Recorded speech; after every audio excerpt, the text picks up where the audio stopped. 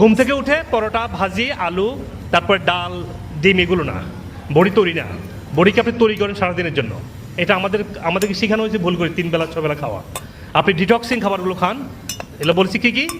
Green tea, herbal tea, টুরমেরিক টি, তারপর ইসবগুলের বসি, Apple cider vinegar দিয়ে, বেকিং সোডা দিয়ে খাবেন। যদি আপনার যদি এইটা একটু ভুল করবেন না, অনেকে অ্যাপল সাইডার ভিনেগার ঘুম থেকে উঠে খায়।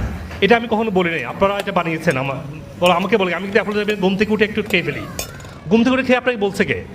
আপনার পেটটা হতে হবে ইন জেনারেল অ্যালকালাইন, আপনি অ্যাসিডিক করার দরকার নাই। আপনি ভিনেগার খাবেন খাবার মুহূর্তে বা খাবারের মাঝখানে, ঠিক আছে? আর যাদের পেটে মানে পিএইচটা বা বাফারটা ইমব্যালেন্স, বাফারটা প্রপারলি নেই, তারা বাফারটাকে ব্যালেন্স করার জন্য সকালে ঘুম থেকে উঠে 2 চামচ অ্যাপল সাইডার ভিনেগার, আধা চামচ বেকিং সোডা মিক্স করে খাবেন। কারণ তখন পায়খানা কষা হয়।